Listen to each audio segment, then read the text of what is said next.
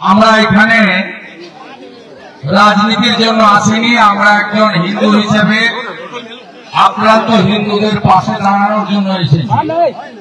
পশ্চিম বাংলায় আপনারা জানেন যে বারে বারে আমি কেন বারে বারে বলেছি, বাংলাদেশের ঘটনার পর থেকে বিশেষ করে, যে হিন্দু যদি বাঁচতে চাও বিভেদ ভুলে এক হও।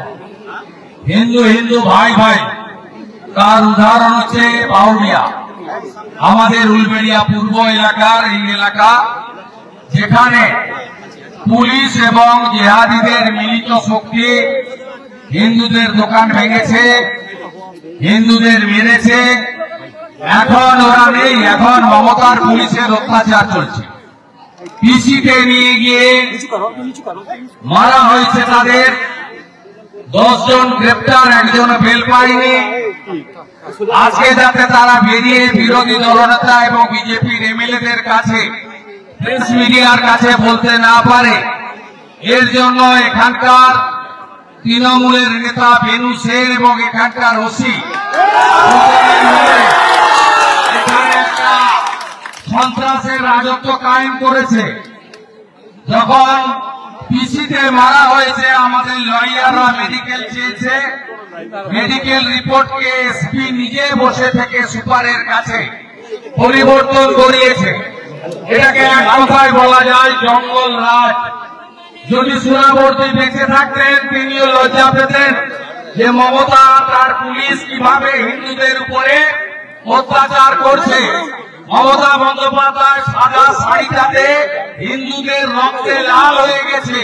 হরগোবিন্দ দাস, চন্দন দাস শুধু নয়, এখানে পশু কাটার তরোয়াল দিয়ে যেভাবে হিন্দু দোকান ভাঙা হয়েছে।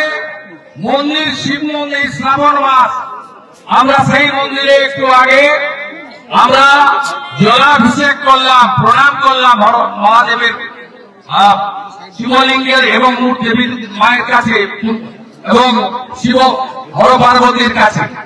আমরা চোখের জল দেখছি মহিলাদের।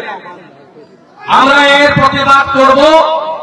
আজ থেকে এই এলাকায় আইনি লড়াই যেমন চলবে, সাথে সাথে সমগ্র এলাকায় যাতে হিন্দুদের উপর মমতার পুলিশ আর অত্যাচার করতে না পারে, তার জন্য আমরা যা করার করব। আমরা ধুলিয়ান বন্ধ করেছি, শামসেরগঞ্জে বন্ধ করেছি, মহেশতলা রবীন্দ্রনগর বন্ধ করেছি, মোথাবাড়িতে বন্ধ করেছি।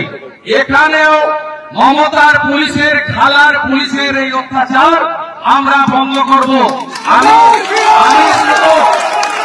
সমগ্র হিন্দু সমাজকে বলবো, মাঠ না মাঠ, জাতপাত রাজনীতিতে হিন্দুরা বিভক্ত হচ্ছে বলেই আজকে মমতার জেহাদি বাহিনী, মমতার পুলিশ এই অত্যাচার করতে পারছে। আমরা যদি একতা ঐক্যবদ্ধ থাকি, কেউ আমাদের কিছু করতে পারবে না। আপনাদের বিরোধী দলনেতা, আপনারা যে বিধায়কদের পাঠিয়েছেন, হিন্দু এবং আদিবাসী ভোটে জেতা বিধায়ক, আমরা সমগ্র হিন্দু সমাজ গত 4 বছর ধরে আমরা আক্রান্ত হয়ে বিভিন্ন জায়গায় পাশে দাঁড়িয়েছি। তাই আপনাদের সঙ্গেও আমরা থাকবো। ভরসা রাখবেন, মাথা নিচু করবেন না তৃণমূল নেতাদের কাছে, পুলিশের কাছে। কতদিন জেলে রাখবে হিসাব হবে। 8 মাস পর মমতা থাকবে না, বদল হবে।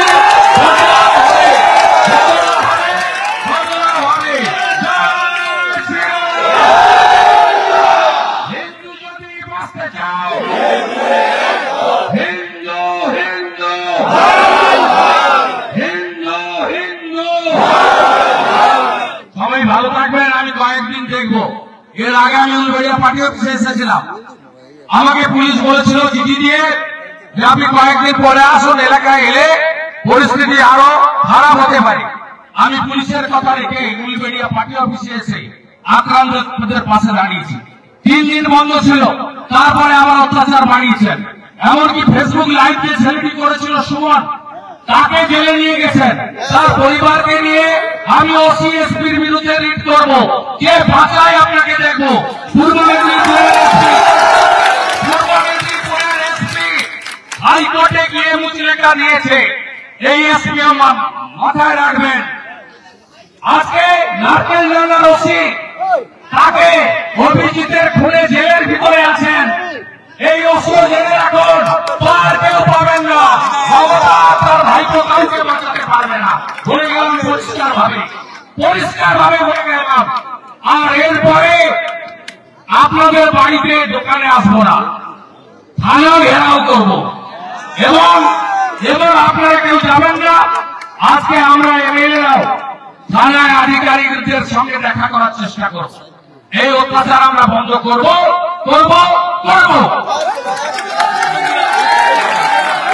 আমাদের ভিডিও ভালো লাগলে লাইক এবং শেয়ার করুন।